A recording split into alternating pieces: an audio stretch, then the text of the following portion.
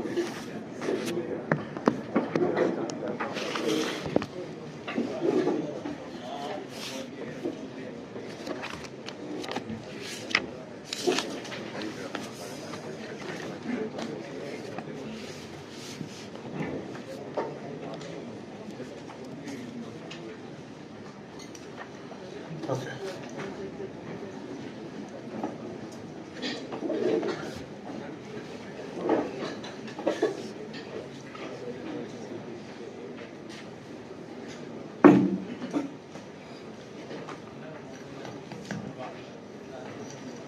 So language modeling, the term is not new. What we were looking at last week was how it was formulated and where it's going, right? But even if you look at it, things statistically, you have to make sense of what the data presents and how to handle it. So smoothing is sort of looking into that. May not be very relevant when it comes to neural models, but then again, it's not as if you would be solving, it should not be the case that you would solve all the problems with neural models. They are good, they have their place, but not quite the panacea that everybody thinks they are. Okay. So, basically the model that we are looking at, the statistical model that we are looking at for language modeling is rooted in maximum likelihood estimation. Maximize the likelihood of data given evidence. Evidence could be history. There is a much broader field of study which covers this, but we are only looking at this particular formulation where we have word and its history. That's pretty much it, and we are getting there in a purely empirical counting based mechanism. That is, probability of word given its history is count of those two words occurring together, that sequence occurring divided by the history occurring. That's it. So for this data, if you say, okay, what are the probabilities? How do I get that? You can basically see that I appears twice at the beginning of the sentence, so we have a dummy token there, that's the start token, and 2 by 3, there are 3 sentences, 3 start symbols, and twice the start symbol has occurred with I, so 2 by 3 is the probability, and so on and so forth, right? So this is a fairly straightforward mechanism, but it has its own problems. Some of those problems are, what if I encounter a sequence which has never occurred before? Right? That is what smoothing is all about. But when you look at the data, you would have a lot of pairs where certain sequences would not be present either because they are not possible. That's the third one, right? 2 off is pretty much impossible. Speed want, yeah, fairly impossible, but you can think of other words as well, other pairs as well, where while it is possible that you have not seen it in the data. It's rare.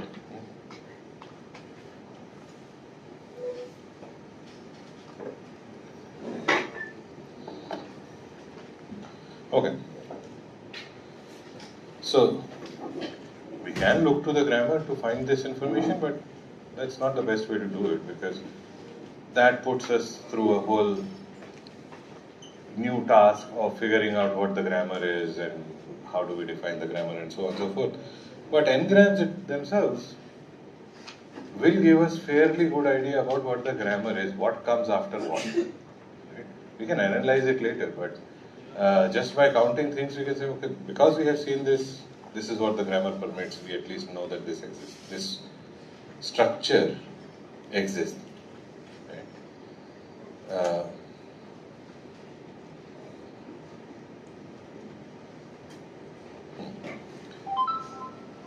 Now,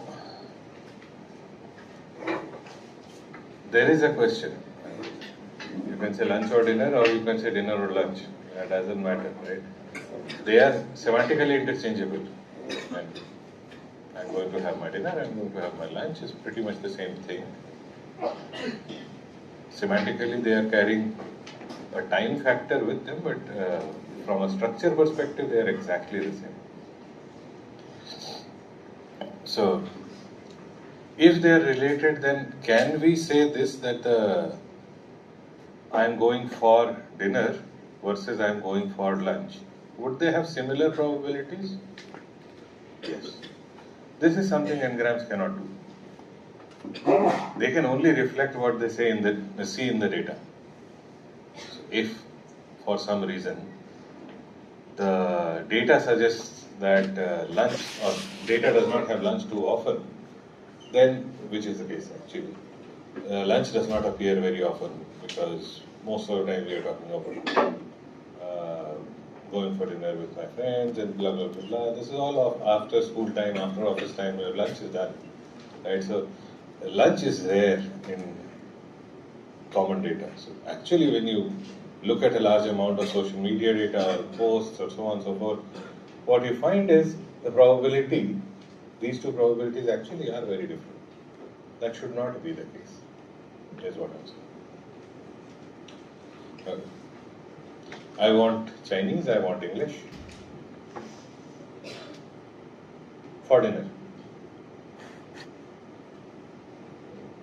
Just putting it in context. We would not say either of these things in any other context. Right? So what probability would be higher? Nobody would want English food. Even English don't want English food. The common joke as it goes in English sitcoms is, let's have proper British food. Let's order Indian. Yeah. So, Chinese food is popular, and that's a cuisine that is named as such, and therefore it is common. Your probabilities reflect what you see in the real world. Does not reflect semantics. By the way, it can be extended to everything, even neural models which are grounded in semantics are getting those semantics from data.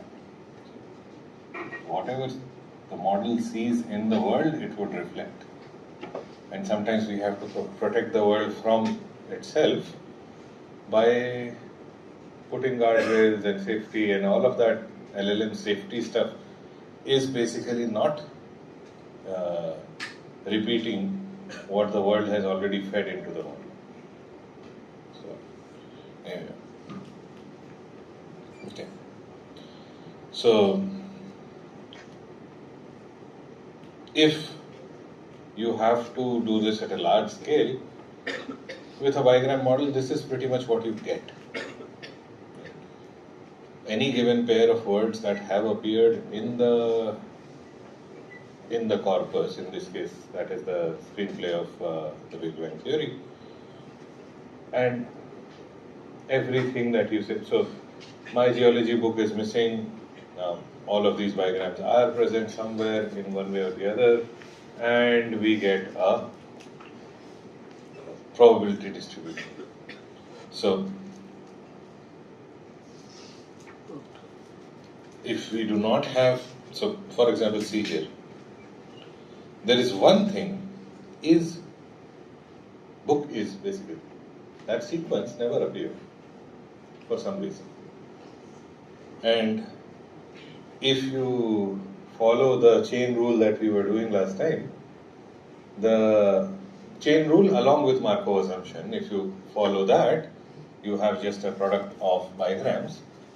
If you do that, you will get the joint probability of the sentence as 0. That is the problem. This is very likely sentence. Even contextually, I don't know if it was a physics book or something similar, quantum physics book, something like that, it would have made more sense, but the point still stands. Book is missing. Okay? Book is that sequence did not exist. So contextually it makes sense. The sentence is perfectly valid in the context and in the language definitely, but the likelihood is 0. What can we do about it? We can add more data. We can add data ad infinitum and still have the same problem. Certain sequences would be missing. Right? So what more? Well, let's look at what we have. Zipf's curve suggests that certain words are very common. And this is a frequency chart. Top 5 words, unigram. Top 5 tokens. Let's not stop talking about words. Talk about tokens. Top 5 tokens are all mostly punctuations, followed by I and U. This is when we convert the data into lowercase. Otherwise, capital I would be the token that we are talking about. This is all lowercase. Top 25%. This is from that data, so that's why this weird word comes in. It appears so many times. Middle 5. Bottom 25. Guinness, which incidentally is very common in the real world, not so much in Big Bang Theory. It's kite, fairly rare word now in current discourse. Corresponded, nothing wrong with the word, it just occurs only once in the entire script. Yeah. Nickels, again, one would not assume these words to be rare, right? So it's not as if when I say rare words, we are talking about extremely odd sequences, right? Or tokens. It can be very common words which just do not appear in your data. Okay, bigrams, comma, apostrophe S. No, comma S. Okay. What? Something is going on here. But likely, it does happen.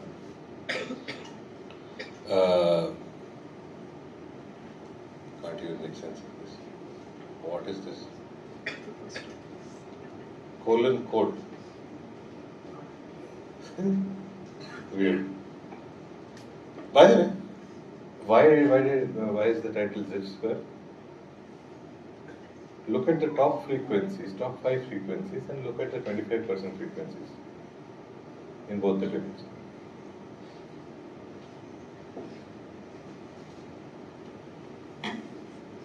Multiple orders of magnitude difference. By 25%, you are hitting rare words. That's how, and this is true for almost everything. Even the largest data set, if you take, by 25%, you would be hitting rarely used words. By 50%, you are among the rarest words. Because words with probability 1 would be, frequency 1 would be the largest component in your unit count.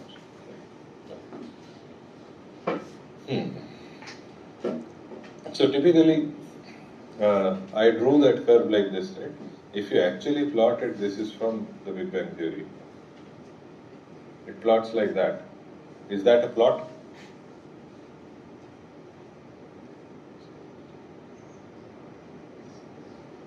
That's the plot, right?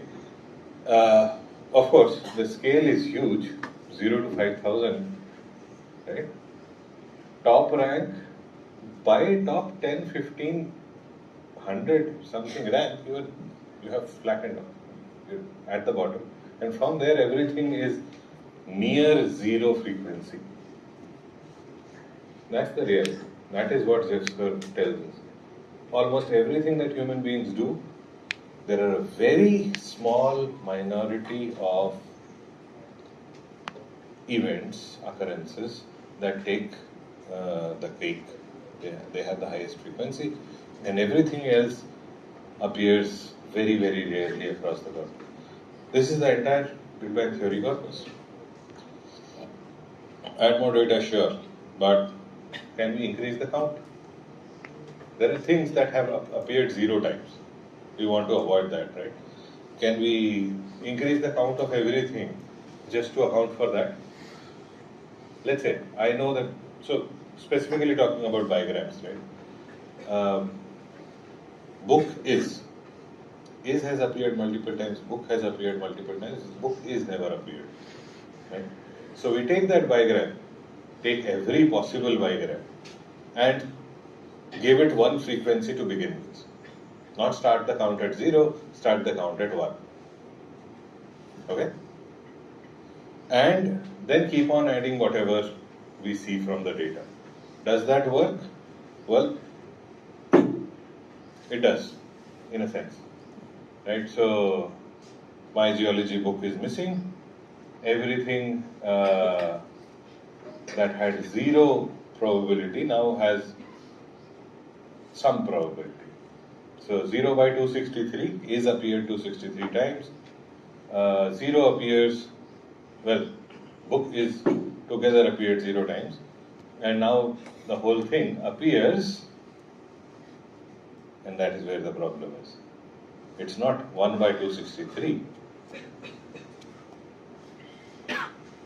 So what we are trying to do here is not to calculate. So if I say something appears n number of times, right? Something appears n number of times. The history appears. Let me just. Something appears c number of times. History appears n number of times. This is your probability. Typically, right? Why is this the probability? What divided by what? Why are we doing it this way? Given history appeared, then how many of the Bible? You know the history occurred, which is like how many occurrences of that was the Bible? Yes. So to translate, we are saying when we say the count of history, we are not actually saying the count of history. We are saying how many bigrams had this thing as a history.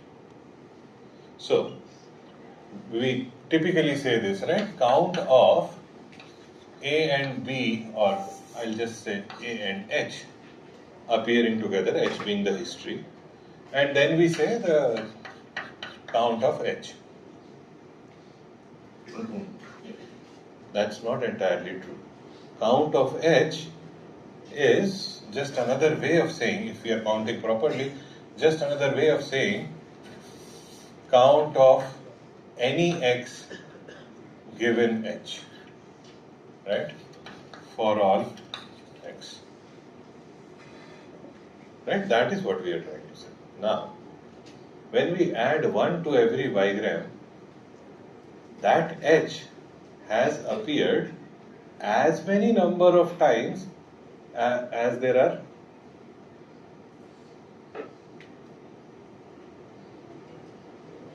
sure? Yes. Number of bigrams. So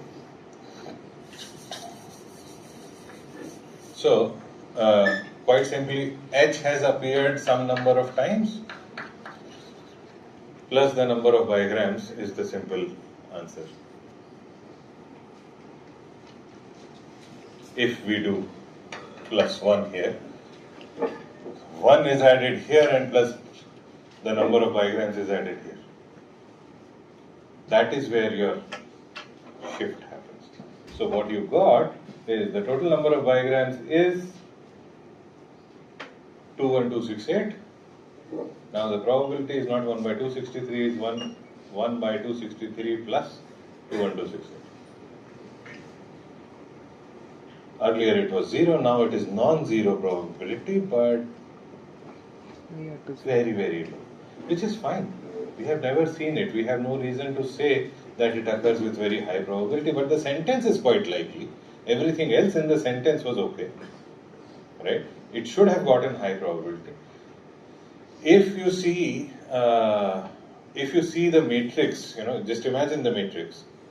If you were just counting, so this is a bigram matrix, right? Words on this side, words on this side, and you are just filling up with counts. Okay, just filling up with counts. You will have a lot of unfilled spaces. It's a sparse matrix, a lot of zeros there. You convert it to probability, which is sum across divide, right? You still have a lot of zeros, of course. 0 divided by anything is 0. So that's what you got. That's what you got. Now what we have done is the thing that already had some counts in, let's take an example of 2 by 21. 2 by 21 is how much probability? Huh? Little less than 10%? 9 point something. Or 0.09 probability. 0.09. Okay? Now you did 2 plus 1 and 21 plus.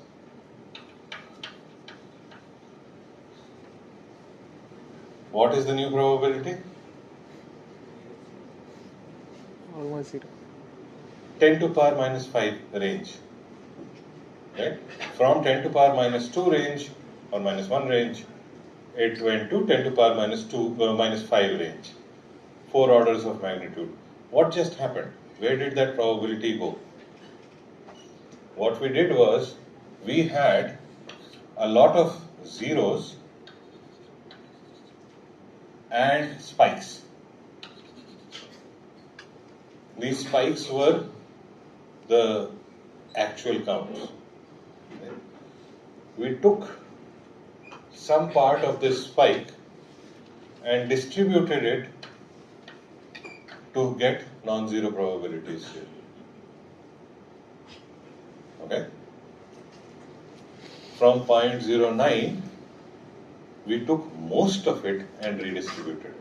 This is the lowest count that we see there. Right? What about the highest count? 5082 divided by 81807. It's a bad example specifically for a reason. So we should not be taking unigram probability, we should be taking bigram with beginning of sentence, but let's go with it. What would happen to that? It would not be affected that much, right? So, if I, instead of looking at a discrete probability curve, I see a sort of continuous curve, mostly zeros and then spikes, what I have tried to do is to convert this into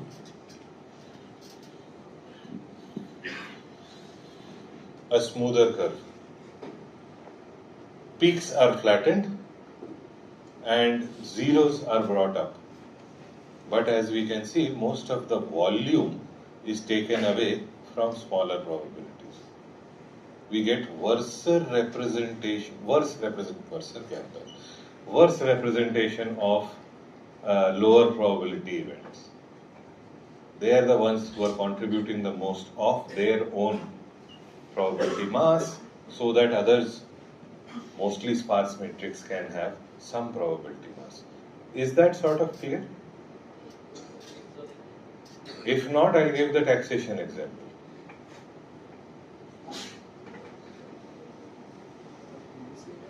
Higher probability event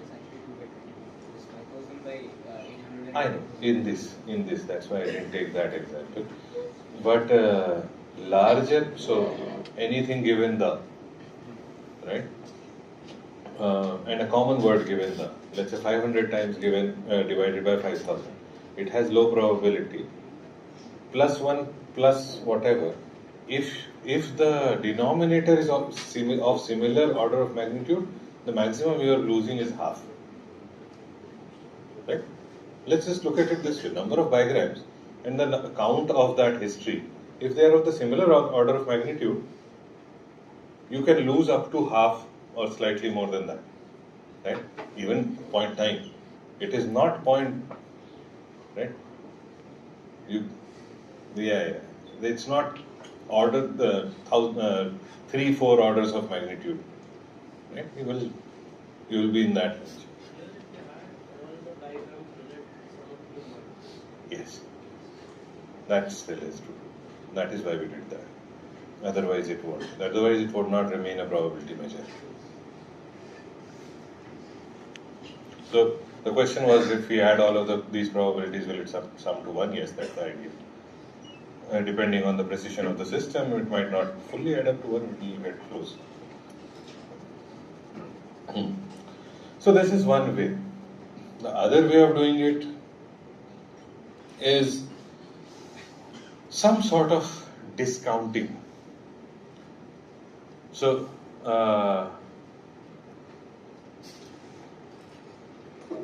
in simple terms, if you say that, hey, there are things that appeared, so basically I am reversing the effect here, right? The effect was larger probabilities were affected less, smaller probabilities were affected more when we were smoothing with +1 smoothing, that is Laplace smoothing, right? How can I reverse it? I intentionally force the larger probabilities to give more mass.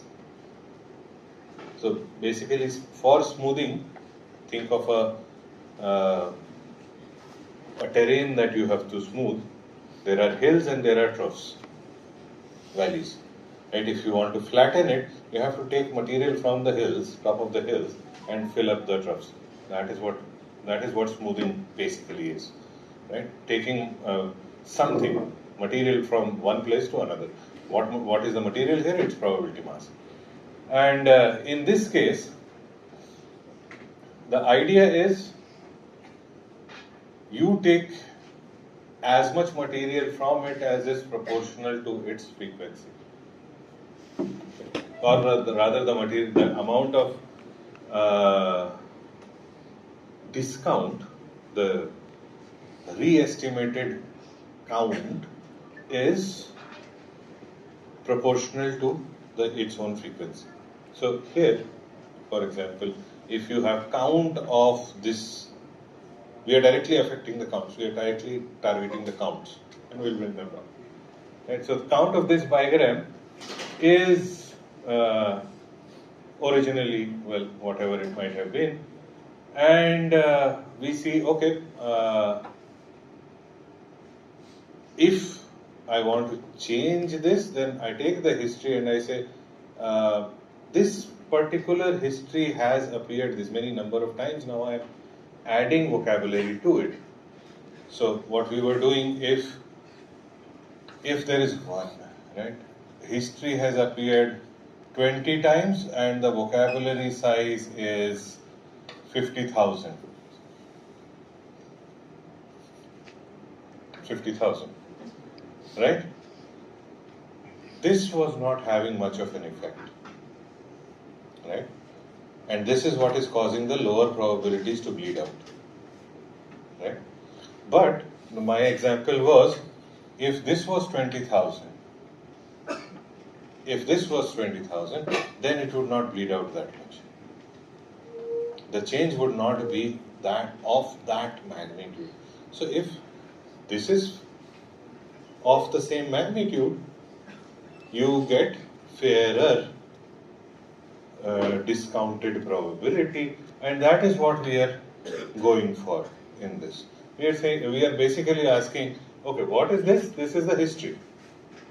What is the ratio of history and history plus vocabulary. That is that last term. Count of history divided by count of history plus vocabulary. Right? Based on that ratio, I will reassign the count. Okay. So, things that are of very high probability, very high count, get affected, well, by some margin, some absolute margin, which is still lesser than what would happen to a lower count. The problem is still does not solve the problem. As you can see in the last row, something that had the count of 35 now has a count of 6 point something. Almost 7, but at 1/5 reduction. The top probability was not affected that much, should not be affected that much. We do not want to flatten it out entirely, right? So while this is good, this is not great. Can we look at better approaches? Can we look at smaller models, smaller in history models, right? So discounting, absolute discounting, that is what we were doing there. Absolute discounting has almost the same problems at a lesser intensity as Laplace smoothing. So instead we say, okay, I do not want to just deal with bigrams. Whatever history count I was looking at, right? So discounting said count of history divided by count of history plus vocabulary into the count. Count of bigram. This became the new count of the bigram. It has its own problems. Instead, now bigram, I can just replace it with any n-gram, right? Now, if you look at it from the language perspective, right, larger order n-grams are where you will start finding zeros a lot. Because if book is did not appear, then a lot of there are a lot of other 3-word combinations which should be 0, and a lot more 4-word combinations that would be 0, and so on and so forth, right? So if we are smoothing at a higher order, let's say order 4, order 5, order 10, 11, right? Does it make sense to solve that problem at that end? To give you a perspective, if I say, I'll take the older example, green something, okay? It has certain probability. At this point, it has some probability. So let's say green wall, okay? Large green wall. The large green wall, it's rare. As soon as I put large, the probability dropped. Who says large green wall, right? So the probability dropped, but it's still something. The large green wall, perfect, still has some probability, not 0. You know where I'm going with this. Swallowed the large green wall. Now you have 0. Now if you were swallowed the large green wall given history of 4 words, this is a 5-gram model. Right? If you were at 5 gram, you just hit a 0. Where do you smooth? The thing is, why would you smooth at this level? Why would you not see, okay, the problem is this guy, right? Last one, right? Remove that, right? I am left with a 4-gram model, right? And that has a non-zero probability. Of course, it is not perfectly aligned. I mean, it's not 5 grams, so I have to do something with it to make it acceptable. And that body or that class of algorithms are called back-off models. Why don't we back off to a smaller model? If that does not work, to a further smaller model, and so on and so forth.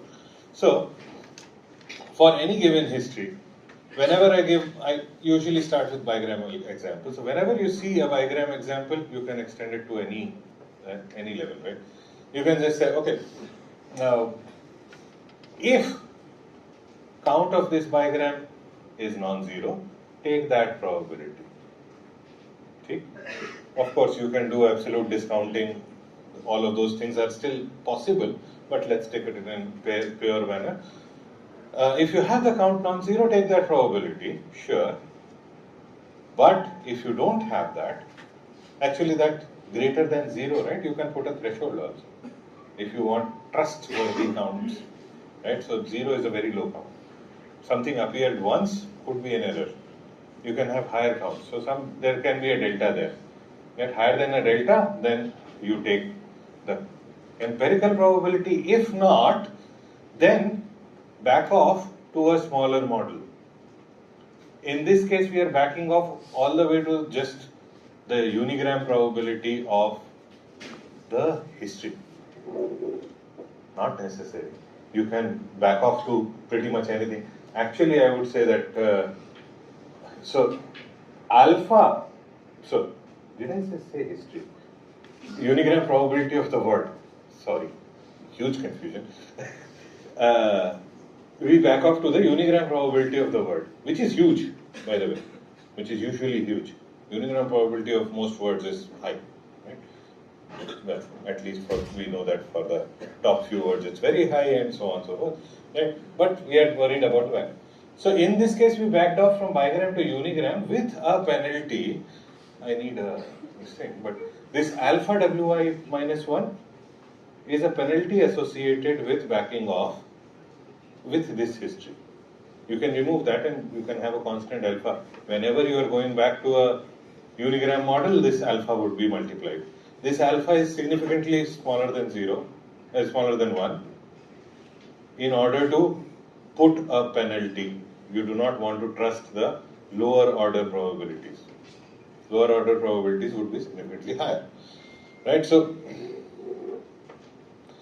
this C star discounted like we did previously, and alpha is normalization such that wherever you do it, it sums to 1 basically, and you now have a bigram, and because of alpha it will sum to 1, but it incorporates unigram probability of the word itself.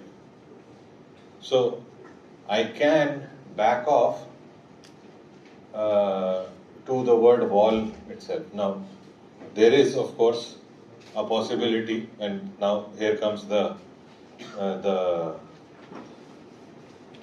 not a back off variant, but a sort of take everyone together variant, which is interpolation. Take all these models, unigram up to 5 gram. So my swallowed the large green wall example, lambda 5 would lambda 5 into p wall given swallowed the large green would be 0, right? That term would be 0. But other models are directly contributing now.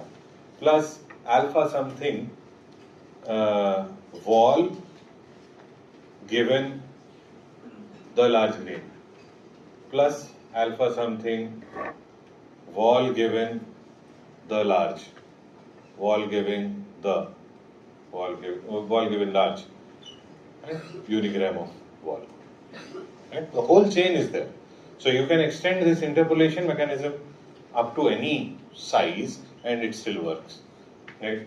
And the idea is the alpha itself acts as a normalization factor such that if alpha, in this case lambda, sum to 1. So you can and you can determine these by looking at the data. How often do we fail on higher n-grams? That would define how much we trust larger. So their values might get lower. Right? Okay. There is another question though. The problem with swallowed the large green wall is it sounds very acceptable in the most part, right? What if it was a different scenario where the problem is not because this word appeared in a context, but because the context itself is very choosy in what words can appear after it. There are two ways to look at it. We often say, right, the something. The something is there are a lot of possibilities there. And another example I use is, what do I use in place of the as the opposite thing? Some is one. I use sand. Sand. Maybe I have not said this.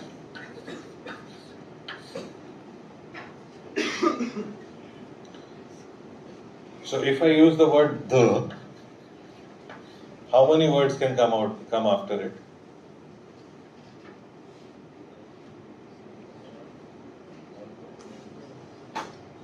All what nouns?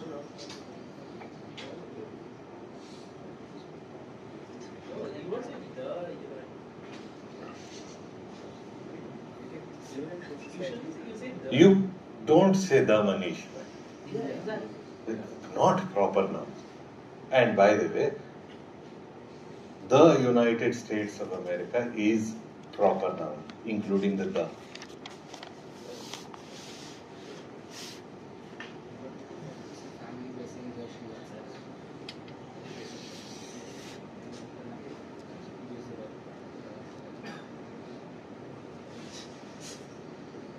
Okay, at least we can agree all common nouns first things. Thank you. And then the Srivastavas and the Shuklas and Sharmas, all the family names can happen with a lower probability. So all nouns, I just wanted that answer. Common noun, proper noun debate kar rahe ho yaar. Nouns, almost all nouns can appear there. Right, that's pretty much it. What happens after sand? What kind of words can come after sand?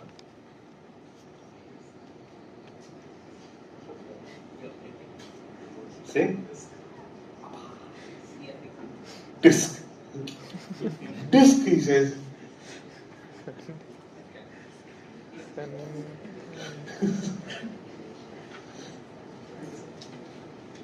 No?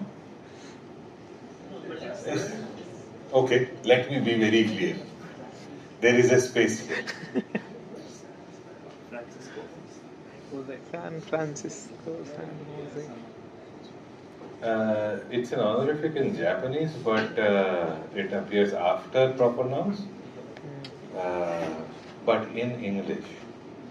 No, in English, sand means like some without sand. That stands, like, I don't know what stands. San Francisco. That. Oh, yes. That's why I was pointing to it. Now say proper nouns. Any biblical name almost can come after this. Yeah, it's not just about cities. San means saint in Spanish. So most of the southern US is filled with saint somethings, like Saint Petersburg in Russia, you have San Francisco, San Jose, San. So right, so actually it can be anything, just not the city name. San Miguel is a saint. So Saint Michael, so that common name, right? So it's Sand is the opposite of the. Like, yeah. In functionally it is, because it restricts your choice to 7 or 8 major words, right? In a empirical situation, not all of these things can appear, but what would be the most likely one? 6 or 7, right? I can change this to say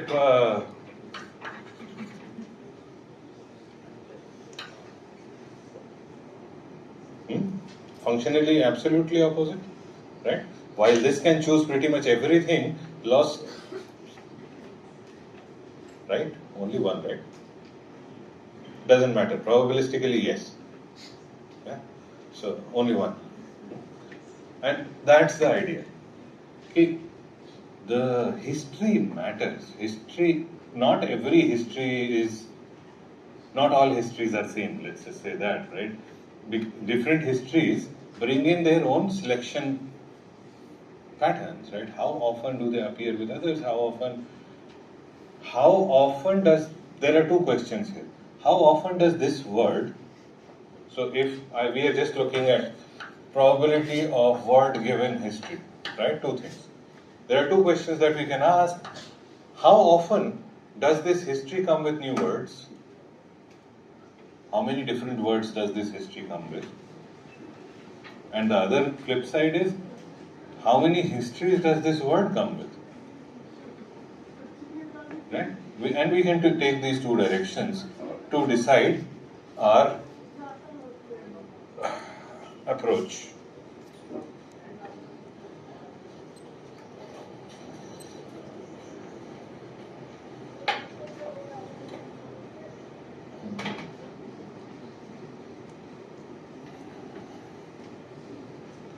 Physics of sound is a mystery to most. Okay. So, Francisco, you got it. So,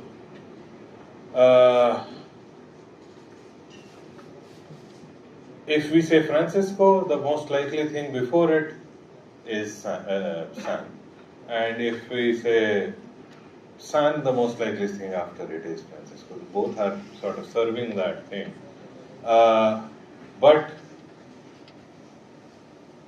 now, of course, Francisco can appear with other things, but we are only talking statistically, right? So,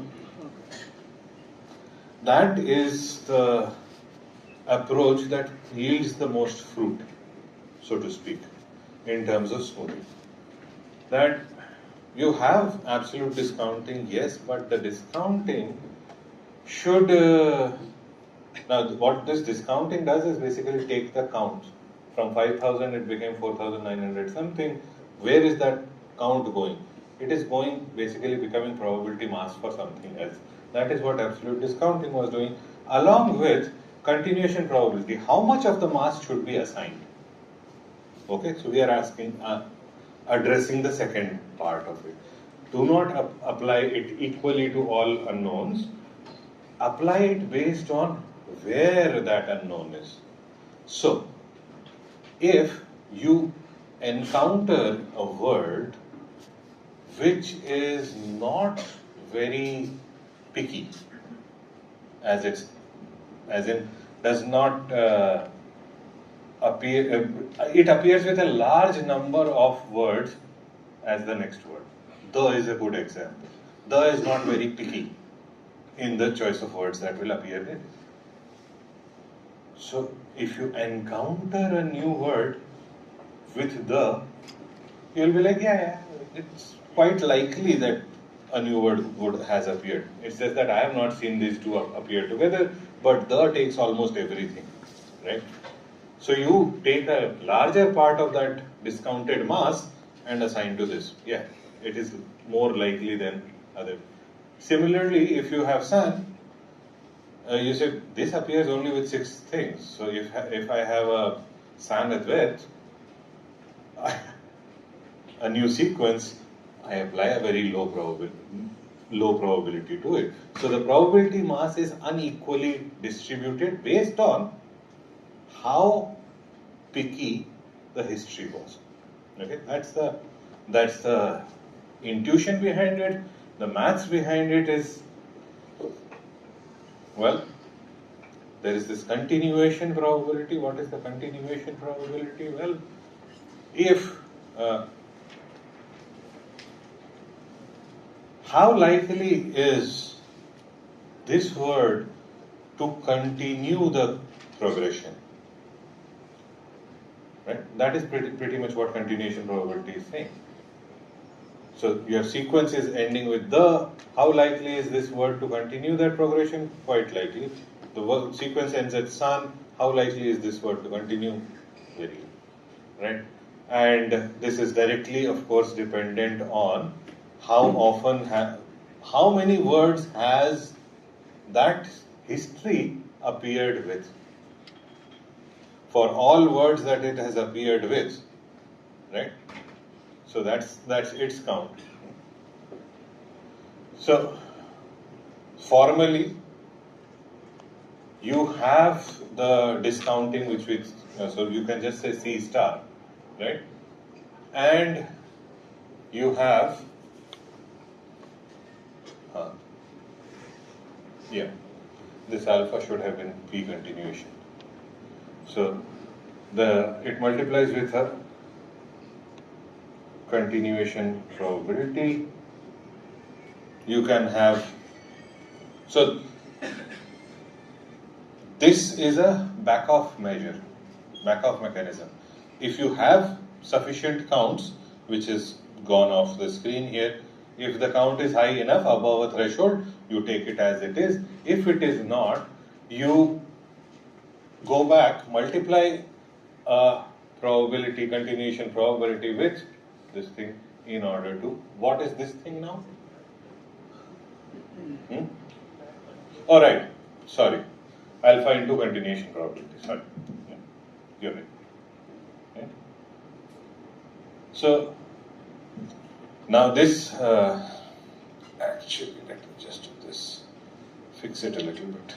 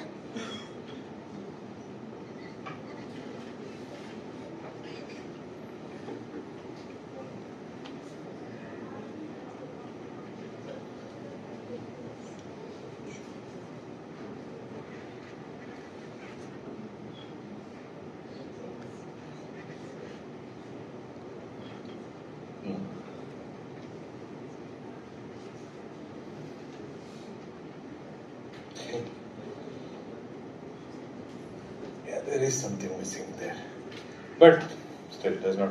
So there is we have not worked this out fully, but the idea is to use if the count is 0, then the probability to be assigned is basically dependent on how often does it come with new words. That is what the second term, the continuation probability term, basically says, right? You can also, of course, put it as a interpolation.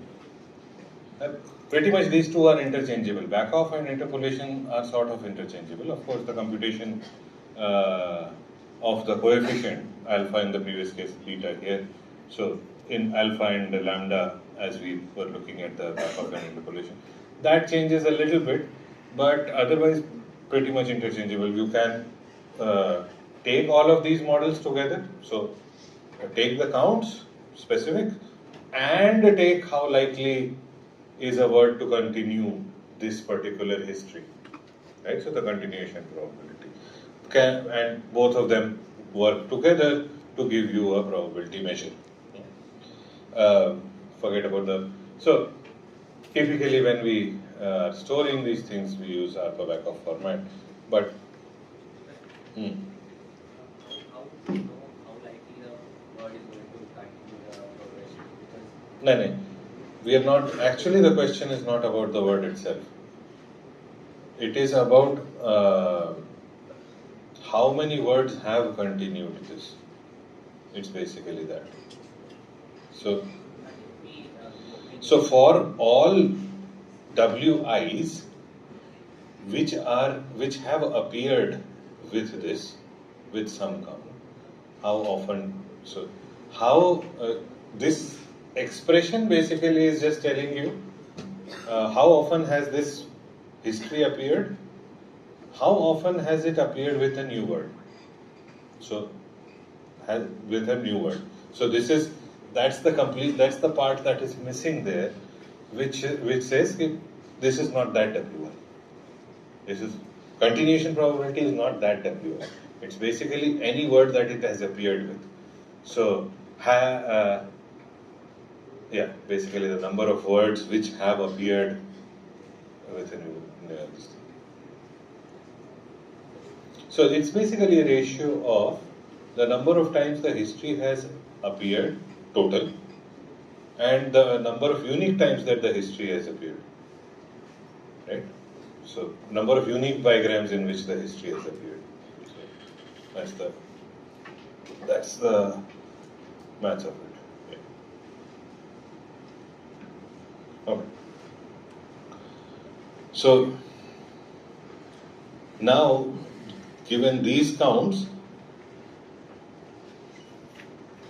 okay.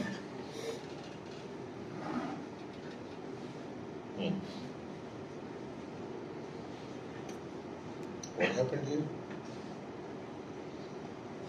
Oh, that has not been updated. Sorry. It would be a very small count, but it's not appearing there.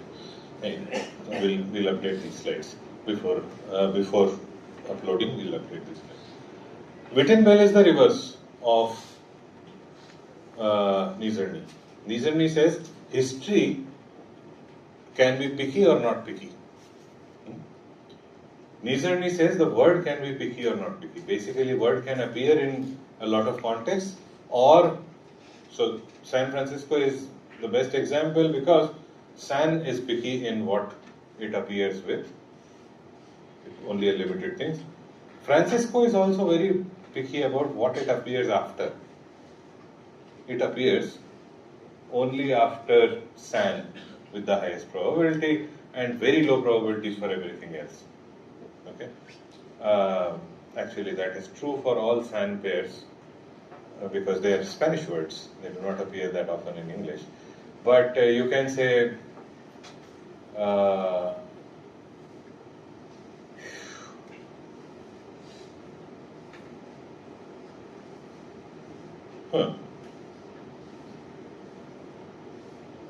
think of a compound noun with the first word as sword. Fish. So what are the words that can appear after sword? Pretty much. Master. Fish. Actually not. Space. Space. Not that space, Ray. White space. Huh? Sword smith, sword master, and pretty much the highest probability would be some sort of a something sharpened or some punctuation, something like that, right? Yeah, you're searching for swordfish spelling. In swordfish, there is no space. You it does make sense. Okay, so now if you take swordfish as an example, now sword can appear with only these 5-6 words. Fish can appear with a lot of words. Lungfish, salmon fish, I don't know. What can happen before fish? 2 fish. Silver. Huh? Silver. Silver fish. Now we are completely giving up the concept of space, but okay. Silver fish. Go. We can go. Roasted fish, fried fish, yeah. Roasted fish called. Go fish. Huh? Go fish. There is a game Go called. fish, Yeah. two fish. I like the way you think. Mr. Fish and Mrs. Fish.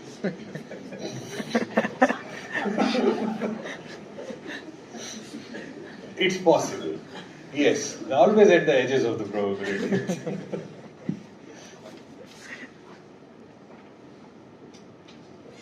So, you got that idea, right? While the pair San Francisco sort of seems like made for each other, that's not true for everything.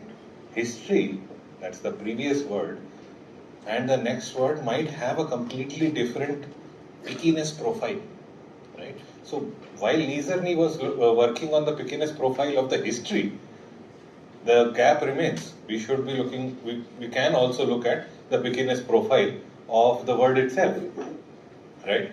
And why is this important? Because actually this is the unknown word. This is the unknown word that has suddenly happened. Now I have to address it, right? So,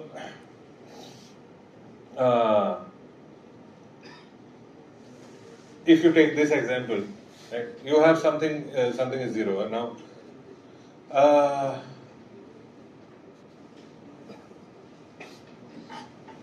well,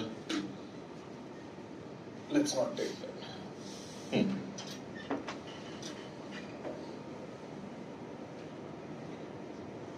The total number of words, so Wittenbell sort of joins these things together, more focused on that the front part, but okay.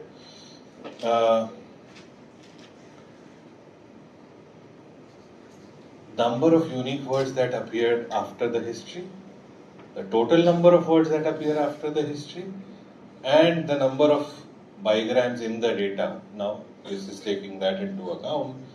And if the count is 0, sure, the types by token directly, the thing that we were discussing earlier, directly becomes the probability, right? What is Z? Z is the number of bigrams which is being multiplied with the total number of words. This is NW, which is here, number of total words that have appeared, and the number of types that it has appeared with. If it is greater than 0, then it is count divided by type and token. Again, needs to be updated. Okay. So that basically is the long and short of smoothing. You can look at both Nizarni and Wittenbell from both perspectives. There is a choice that we have to make, or actually it's not a choice. There is a formulation that we have to come up which takes into account the split. Right? At the split, how many possibilities exist? You have to take that into account, basically, right? A complex version of Wittenbell allows for a Wittenbell backoff, where you can say, I will just take a factor which is any history. Given any history, how many times this has appeared as a core. Might have that thing somewhere. Do I?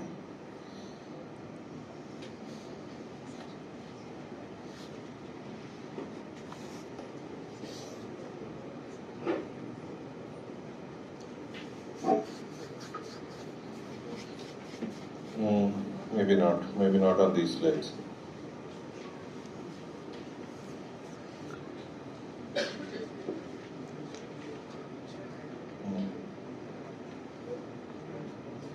So, the long and short of both Nizarni and Wittenbell is that we believe in discounting, basically taking instead of probability mass. So, add 1 is increase the counts and recompute the probabilities. Discounting is count and then discount. Count and then take off some counts from the bigram counts in order to get the new probabilities, which is a good idea because we need that mass to be distributed. But the second question, how much mass should be distributed to each unknown event has to be characterized, and both Nizami and Wittenbell in their own way are putting conditions on, or putting a specific measure of how much of the unknown probability should come here. Where is it coming from? Instead of taking it from all over the data, we are just taking it from the history that just, both of them do the same thing in that sense. They are taking the mass from things that the history has appeared with, and we will take some percentage of it and assign it. Right? So if this history has appeared with a large number of things, much of its probability will go away, and a high probability would be assigned to any new thing that happens. If this history has appeared with very few types, then a very small probability will be assigned, because it is not likely to appear with many types. Right? So likelihood of its appearance with a type is what we are considering in both of these methods. It's both of it then sort of follow the same thing. Wittenbell allows for the reverse also. That's the advantage. Yes, so Wittenbell interpolation is pretty much the go-to method. Masonry and Wittenbell, no, they're functionally the same.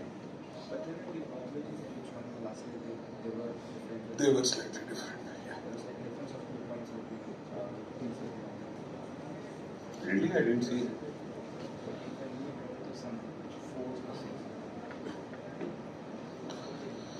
The count discounts to, see, on lower counts it's not actually sensible to look at it. But, by the way, if you ask any statistician who's doing smoothing for whatever reason, they will swear by Nizami, not Wittenbell. I personally like Wittenbell more. But because it has a heavier discounting, it's in real world we have to sort of decide in the based on the data that we are presented. Wittenbell allows for more freedom in choosing what kind of histories are you considering. You can modify Nizami for that also. So in most cases there is a modified version of Nizami that is used. There is there is a paper somewhere which has a modified Nizami, which is basically describing a modified Nizami. Please share. So when you implement it, of course, you have that implementation, right? In the assignment. Yes? Both Wittenbell and Nizami you have to implement. Right? You will get deeper understanding of how they are functioning, hopefully, if you're not copying the code from somewhere. But principally they are doing the same thing. Informed redistribution of probability mass, bottom line. Right? Actually, we do not need to know anything further than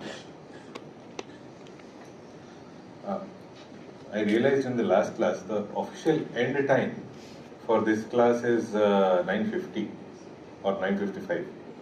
9:55 is it? And the next class starts at 10:05. Okay. That's right. So that's the end of this. Language modeling, I have, at least statistical language modeling, has just two components, count and smooth. Right? But it's a very, very powerful structure.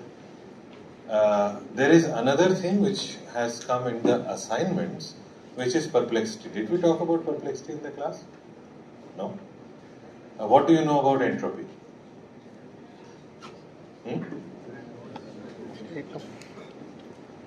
Give me the textbook answer, no worries. What do we know about entropy?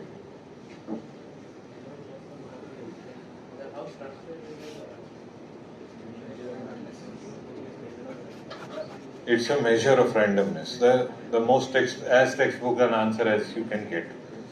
The worst answer is the measure of chaos. That's not what it is. It's an opposite right? So it's the opposite. It's measure of order. So, and how do we calculate entropy? How do we represent entropy? What's the symbol for entropy?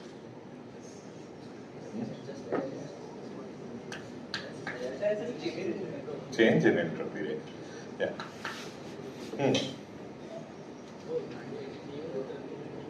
Yeah, any entropy. It's the same thing. Okay. Probability entropy, please. Can we, some log is there. Okay. What else is there? Minus 2 log p minus 1 minus 2 log 1. Minus? P probability log probability. अरे यार तो px log px बोल दे भाई. Minus 1 minus p log 1 minus 2. 1 minus px.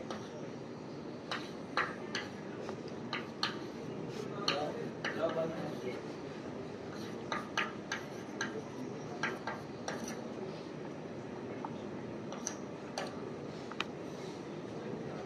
Something is missing.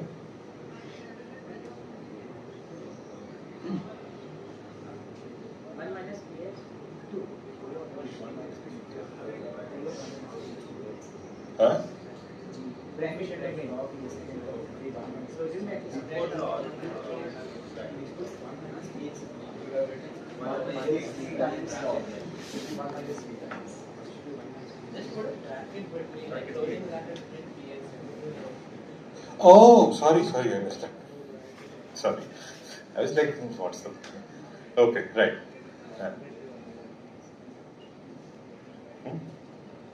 Because I usually write it as PQ. So, yeah, that's my mind.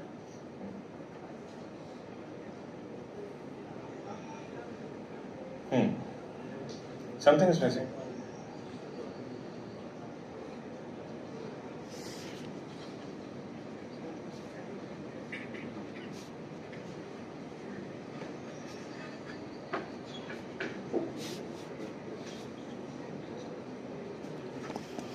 Anyone? No one? Huh? Not normalization. Normalization would be...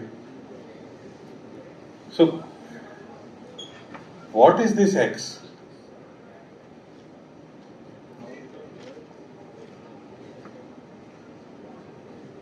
Count of. Name. Event. X is an event. Can you have an entropy of an event?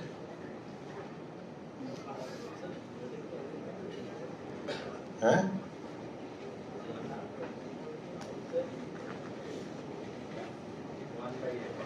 वैसे, so nothing, practically nothing is missing. What if the event was not binary?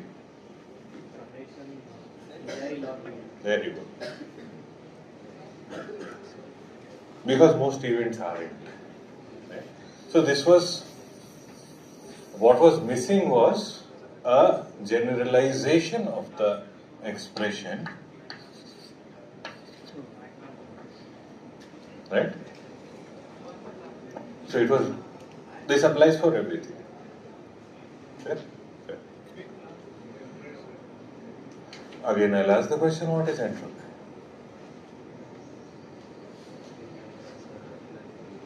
Anything. Okay, let's speed up the answer, right? So, what is entropy in NLP? 1956 Shannon paper on the entropy of printed English. That's Klaus Shannon paper which started language modeling. That is the question there. That is the question. What is entropy? How do you propose to find the entropy of the language system? You basically language model. Okay.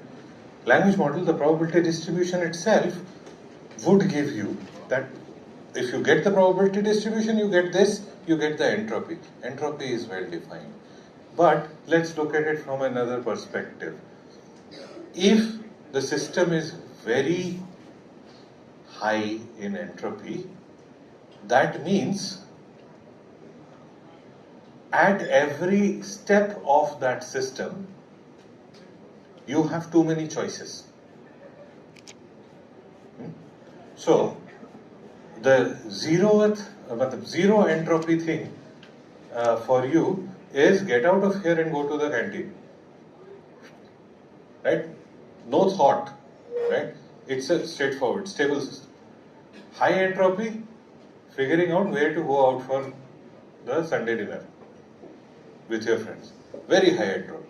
Why? The number of choices has increased. Right? So can we quantify how chaotic a system is in terms of how many choices do you have to make? And that measure is perplexity.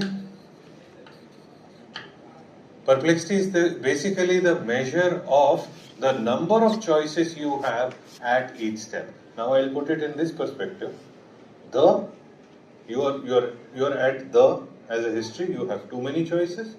You have san as a history, you have very few choices. You have loss, you have one choice. Right? So on an average, how many choices do you have at any given step is perplexity.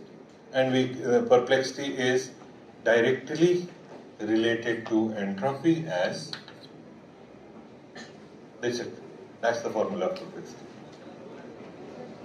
Okay. You are going into ML. Entropy and cross entropy will chase you throughout your life. Get very clear on that. Okay. If you are into linguistics, language modeling, NLP, perplexity will chase you throughout the life. That is the basic measure of the goodness of a system. How confused it is. So most people do not say it this way. I will say it. Perplexity is the measure of confusion of a model. At each step, how confused was it? Confusion, number of choices. End of story. Right? That's what it is. Right? And this is the measure. Entropy is the y2 bar h. If somebody tells me, I'll be very happy. Otherwise, go work it out.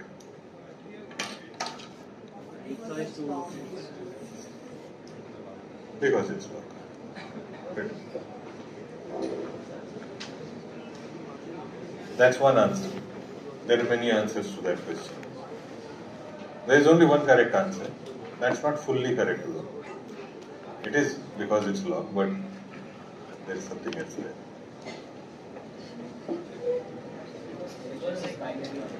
Huh?